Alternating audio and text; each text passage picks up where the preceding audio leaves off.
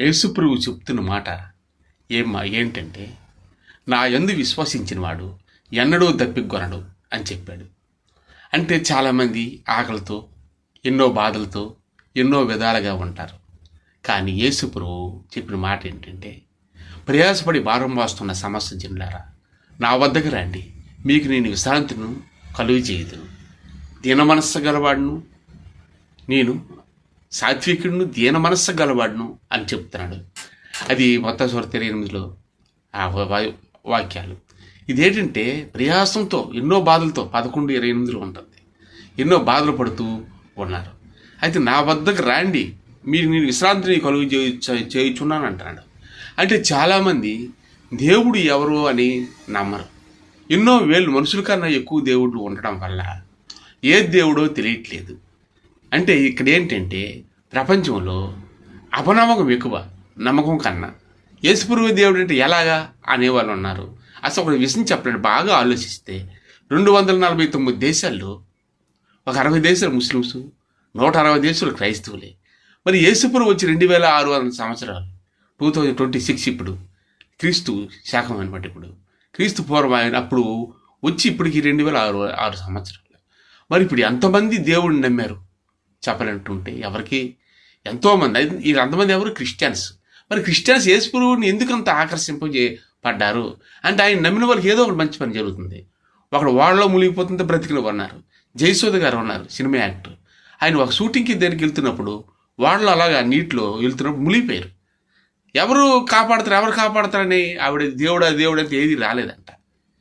యేసుప్రభువులాగా తెల్లటి అంగీకారం పడుతుంది, ఇలా పట్టుకుందంట. నేను రక్షిస్తానన్నాడు యేసుప్రభు. యేసయ్యా అని ఇసరికి వెంటనే ఆయన రక్షించాడు. అప్పటి నుంచి ఆవిడ యేసుప్రభువులకు మారిపోయాయి.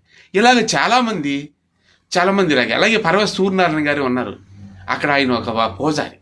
ఆయనకి యేసుప్రభువుని నమ్మాడు. నమ్మిన తర్వాత ఆయనకి దేవుడు మాట్లాడాడు, నిన్ను పోషిస్తానయ్యా.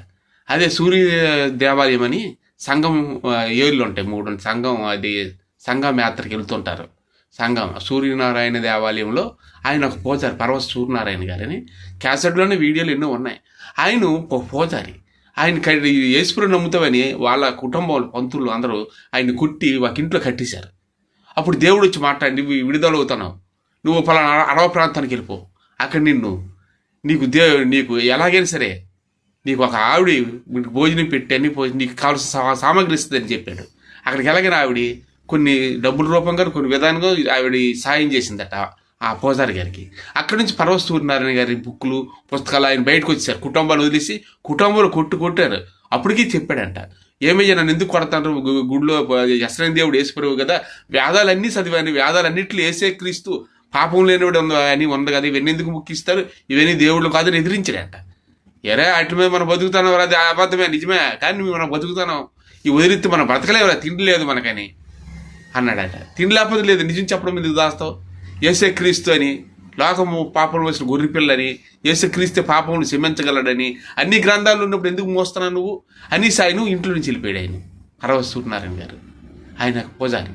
ఆయన ఇప్పుడు ఏమన్నారో చనిపోయి తెలియదు. ఆయన బుక్కులు కూడా ఉంటాయి, క్యాసెట్లు ఉంటాయి. ఇలాగ యేసే క్రీస్తు దేవుడని నమ్మితే వాడు నమ్మిన వాళ్ళు ప్రతి వాళ్ళు బాగుపడినట్టు లేక, అందువల్ల క్రిస్టియన్స్ ఎక్కువైపోయారు. Thank you.